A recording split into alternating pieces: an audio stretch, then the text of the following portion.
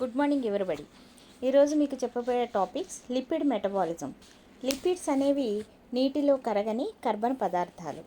ఇవి chloroform, ether, benzene వంటి కర్బన ద్రావణీలలో మాత్రమే కరుగుతాయి. వీటిని కర్బన జీవాణులు అని కూడా అంటారు. ఈ లిపిడ్స్ అనేవి ఫ్యాటీ ఎస్టర్స్. ఇవి ఎక్కువగా అత్యధికమైన శక్తి క్యాలరీల్లో నిల్వ చేసుకుంటూ ఉంటుంది. ఇవి ఎక్కువగా కొవ్వు నిల్వలుగా ఉంటాయి. లిపిడ్స్ అనేవి 3 రకాలుగా ఉంటాయి. ఒకటి సరళ లిపిడ్స్, వీటిని సింపుల్ లిపిడ్స్ అని అంటారు. ఇవి 2 రకాలుగా ఉంటాయి. ఒకటి తటస్థ కొవ్వులు, రెండవది మైనాలు. రెండవది సంయుక్త రకాలు, అవి కాంపౌండ్ లిపిడ్స్. ఎగ్జాంపుల్ అవి ఫాస్ఫోలిపిడ్స్ అని అంటారు. మూడవది డెరైవ్డ్ లిపిడ్స్, ఇవి ఉత్పన్న రకాలు. ఇవి కొవ్వు ఆమ్లాలు, గ్లిజరాలు, స్టీరాల్స్ ఇటువంటివి కలిగి ఉంటాయి. ఈ సరళ లిపిడ్స్ అనేవి ఎక్కువగా ఫ్యాటీ ఆమ్లాలు, ఆల్కహాల్ యొక్క ఎస్టర్స్గా గుర్తిస్తారు. వీటిలో ఆల్కహాల్, గ్లిజరాల్ అని 2 భాగాలు ఉంటాయి. వాటిలో గ్లిజరాల్ భాగాన్ని కొవ్వులు అని అంటారు. ఆల్కహాల్ భాగాన్ని, అది గ్లిజరాల్ కాదు కాబట్టి అది మైనం అని అంటారు. అంటే ఘన రూపంలో ఉంటుంది మైనాలు. మీకు తెలుసు కదా, కొవ్వు పదార్థాలని ఘన రూపంలో ఉంటాయి. ఈ గ్లిజరాల్స్లో ఏర్పడే ఫ్యాటీ ఆమ్లాల ఎస్టర్స్ని తటస్థ కొవ్వులు, నేచురల్ ఫ్యాట్స్ అని అంటారు. వీటిల్నే ట్రైగ్లిజరైడ్స్ అని కూడా అంటారు. మీకు ఎక్కువగా ఫిషెస్ తినండి, వీటిలో ట్రైగ్లిజరైడ్స్ ఉంటాయి. అవి బాడీకి మంచి బిల్డింగ్ ఇస్తాయి అని అంటూ ఉంటాం కదా. అంటే అవి ఫ్యాటీ ఆమ్లాల ఎస్టర్స్ అన్నమాట. వాటిల్నే ట్రైగ్లిజరైడ్స్ అని అంటారు. ఈ విధంగా సరళ రకాలు ఉంటాయి. కొన్ని రకాల సంయుక్త రకాలు ఫాస్ఫోలిపిడ్స్ రూపంలోను, గ్లైకోలిపిడ్స్ రూపంలోను, లిపోలిపిడ్స్ రూపంలోను అమరి ఉంటాయి. సో వీటిలో ఎక్కువగా ప్రోటీన్ లేదా ఫాస్ఫారిక్ ఆమ్లాలు అదనపు సముదాయాలుగా దీనిలో అమరి ఉంటాయి. ఎక్కువగా ఫాస్ఫారిక్ ఆమ్లం కలిగి ఉంటుందన్నమాట. ఈ ఫాస్ఫోలిపిడ్స్కి ఎగ్జాంపుల్ ఏంటంటే లెసిథిన్. గ్లైకోలిపిడ్స్కి ఎగ్జాంపుల్ టర్పిన్, అంటే రబ్బర్ అంటాం కదా, పాలీటర్పిన్, రబ్బరు అని అంటారు. అవి గ్లైకోలిపిడ్స్ అన్నమాట. లిపోప్రోటీన్స్కి ఇవి అదనపు ప్రోటీన్ నిర్మాణాలు. ఇవి కాకుండా 3వ రకం చెప్పాను కదా, డెరైవ్డ్ లిపిడ్స్. వీటిని ఎక్కువగా స్టిరాల్స్ అని అంటారు. ఇవి ఫ్యాటీ ఆమ్లాలు మరియు స్టిరాల్స్ లాగా ఉంటాయి. ఈ స్టిరాల్స్ కూడా ఎక్కువగా కొలెస్ట్రాల్, డి విటమిన్, ఎర్గోస్టిరాల్ ఈ విధంగా మన బాడీలో అమరి ఉంటాయి. సో దీంట్లో మీకు లిపిడ్ మెటబాలిజం ముఖ్యంగా 2 రకాలుగా జరుగుతుంది. ఒకటి ఎనబాలిజం, రెండవది కెటబాలిజం. ఎనబాలిజం అంటే ఏంటంటే కొవ్వుల సంశ్లేషణ. కెటబాలిజం అంటే కొవ్వుల విచ్ఛిన్నం. సో ఎనబాలిజం అంటే కొవ్వుల సంశ్లేషణ. సో ఇప్పుడు కొవ్వుల సంశ్లేషణ ఎన్ని రకాలుగా ఉంటుందంటే ఫ్యాటీ ఆమ్లాల సంశ్లేషణ, గ్లిజరాల్ సంశ్లేషణ, ఫ్యాట్స్ ఏర్పడడం. ఈ విధంగా సింథసిస్ ఆఫ్ ఫ్యాటీ యాసిడ్స్ని ఎనబాలిజం అని అంటారు. సో ఈ విధంగా కొవ్వుల యొక్క సంశ్లేషణ జరుగుతుంది. అలాగే కెటబాలిజం అంటే దాంట్లో కొవ్వుల యొక్క విచ్ఛిన్నం జరుగుతుంది. సో మీకు ఈ హైడ్రోలేజ్ చర్య వల్ల ఫ్యాట్స్ అనేవి ఫ్యాటీ ఆమ్లాలు, గ్లిజరాల్ ఈ విధంగా ఇవి విచ్ఛిన్నం చెందిపోతూ ఉంటాయి. ఇలాంటి విచ్ఛిన్నం చెందడాన్ని సప్పనిఫికేషన్ అని అంటారు. ఈ విధంగా ఫ్యాటీ ఆమ్లాలు, గ్లిజరాలు ఆక్సీకరణ చర్య వల్ల విచ్ఛిన్నం చెందుతాయి. అందుకని దీన్ని బీటా ఆక్సిడేషన్ అని అంటారు. అంటే ఫ్యాటీ ఆమ్లాలు ఆక్సీకరణ చర్య ద్వారా విచ్ఛిన్నం చెందడాన్ని బీటా ఆక్సిడేషన్ అని అంటారు. సో ఇప్పుడు మీకు ప్రస్తుతం చెప్పబోయే టాపిక్ వచ్చి the oxidation, beta oxidation of fatty acids. ఈ బీటా ఆక్సిడేషన్ని 1905లో ఎఫ్ నూప్ అనే శాస్త్రవేత్త కనుగొన్నారు. డెఫినేషన్ ఏంటంటే beta oxidation may be defined as the oxidation of fatty acids on the beta carbon. So మీకు ఆల్రెడీ చెప్పాను, ఫ్యాటీ ఆమ్లాల యొక్క ఆక్సీకరణను బీటా ఆక్సిడేషన్ అని అంటారు. దీని తర్వాత లిప్మాన్ అండ్ గ్రీన్ లెహెంగర్ అనే శాస్త్రవేత్తలు కూడా వివరించడం జరిగింది. అంటే దీంట్లో ఎక్కువగా this results in the sequential removal of 2 carbon fragments from the ఎస్టైల్ coenzyme ఏ. ఎంజైమ్ల ఉత్ప్రేరక చర్య వల్ల దీనిలో ఎసిటైల్ కోఎంజైమ్ ఏ నుండి 2 కార్బన్ ఆటంలు బయటికి వెళ్ళిపోతాయి. సో ఈ విధంగా బీటా ఆమ్లాలు బీటా కార్బన్ స్థానంలో ఆక్సీకరణం చెందుతాయి. అందుకనే దీన్ని బీటా ఆక్సీకరణం అని అంటారు. సో ఈ విధంగా బీటా ఆక్సీకరణం జరుగుతూ ఉంటుంది.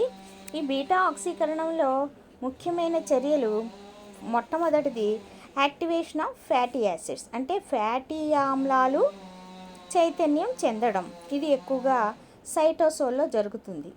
జంతు కణాల్లో అయితే బీటా ఆక్సీకరణానికి సంబంధించిన ఎంజైములన్నీ మైటోకాండ్రియాలో ఉంటాయి. కానీ వృక్ష కణాలలో మాత్రం ఈ ఎంజైములు సైటోసాల్ మరియు మైటోకాండ్రియా రెండిట్లోనూ విడివిడిగా ఉంటాయి.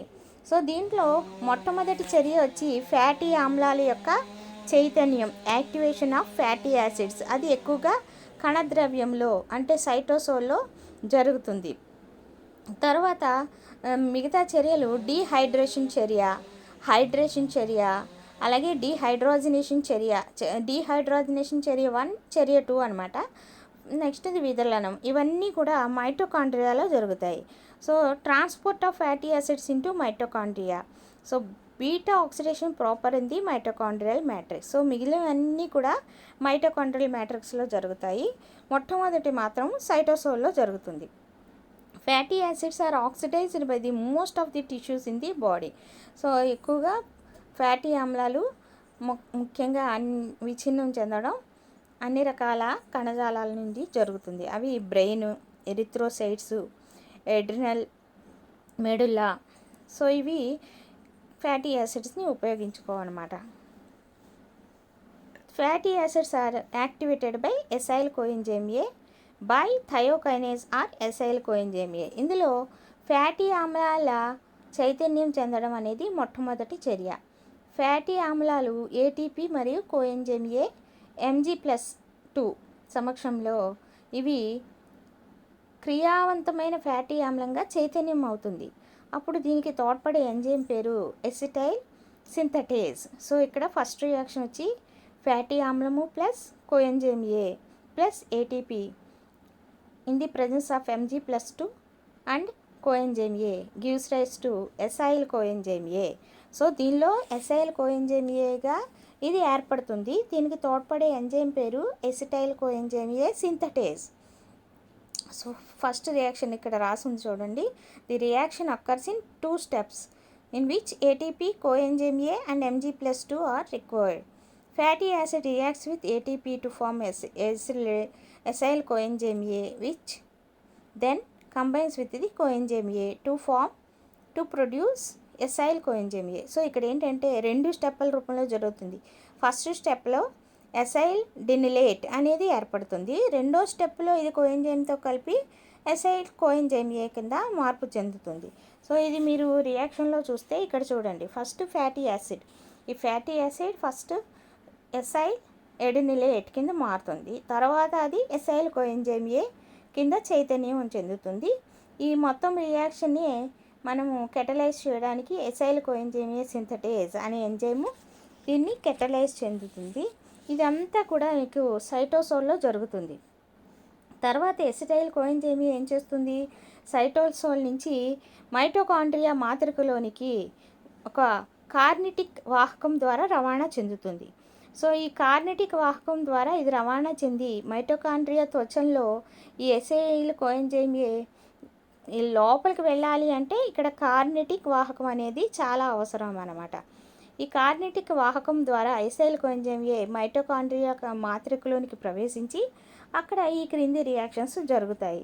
సో దీనిలో ఫస్ట్ రియాక్షన్ వచ్చి డీహైడ్రోజినేషన్. ఈ డీహైడ్రోజినేషన్లో ఎసిటైల్ కోఎంజైమ్ ఏ డీహైడ్రోజినేషన్ అనే దానివల్ల ఇది FADH2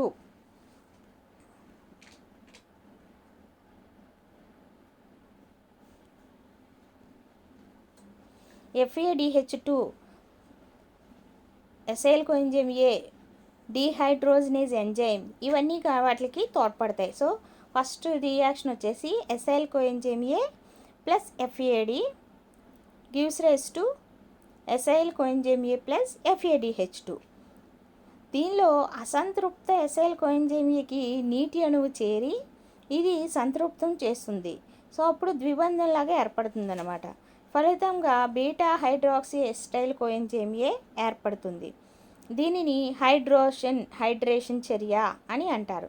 సో దీనిలో ఎసైల్ కోఎంజైమ్ ఏ హైడ్రేటేజ్ అనే ఎంజైము తోడ్పడుతుంది.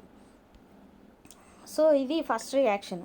దీనిలో acyl coenzyme A plus FAD gives rise to acyl coenzyme A plus FADH2. So first reaction of the acyl coenzyme A undergoes dehydrogenation by an FAD dependent flavoenzyme acyl coenzyme A dehydrogenase. So దీనికి తోడ్పడే enzyme పేరేంటి? Acyl coenzyme A dehydrogenase.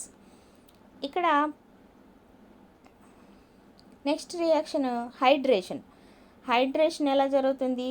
Alpha beta acyl coenzyme A plus H2O gives rise to beta hydroxy acyl coenzyme A.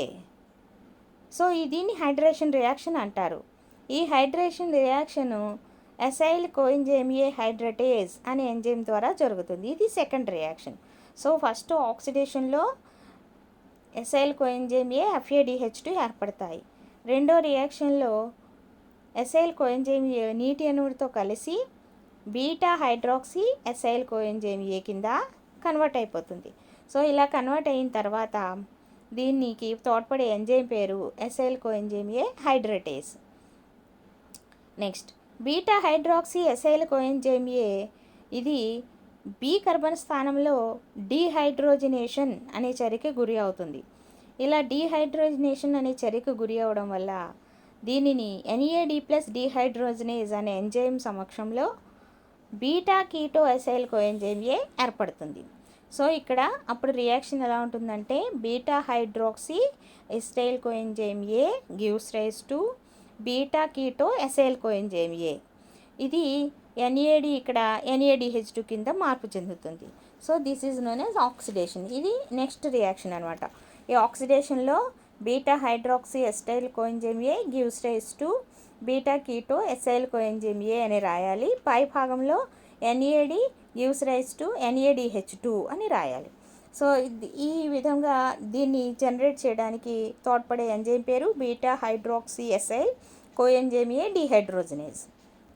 Next విదళనం. విదళనంలో ఏమవుతుంది? Beta keto acyl coenzyme A thiolase అనే చర్య వల్ల beta స్థానంలో అది విదళనం చెందుతుంది. ఇక్కడ ఒక అణువు CO ఎంజైమ్ ఏ అదనంగా చేరుతుందన్నమాట. ఫలితంగా ఎసిటైల్ కోఎంజైమ్ ఏ ఒక ఎసైల్ కోఎంజైమ్ ఏ కల 2 కర్బనాలు తక్కువగా ఉన్నటువంటి ఎసైల్ కోఎంజైమ్ ఏ ఏర్పడుతుంది. సో ఈ చర్య ఏంటంటే the final reaction is beta oxidation is the liberation of 2 carbon from the acetyl coenzyme A from acyl coenzyme A. So 2 కర్బనాలు తక్కువగా ఉన్న ఎసైల్ కోఎంజైమ్ ఏ ఏర్పడుతుంది. అది it occurs in by thiolytic cleavage catalysed by beta keto acyl coenzyme A thiolase. So ఈ enzyme చర్య వల్ల ఇక్కడ ఈ విధమైన రియాక్షన్ జరుగుతుంది.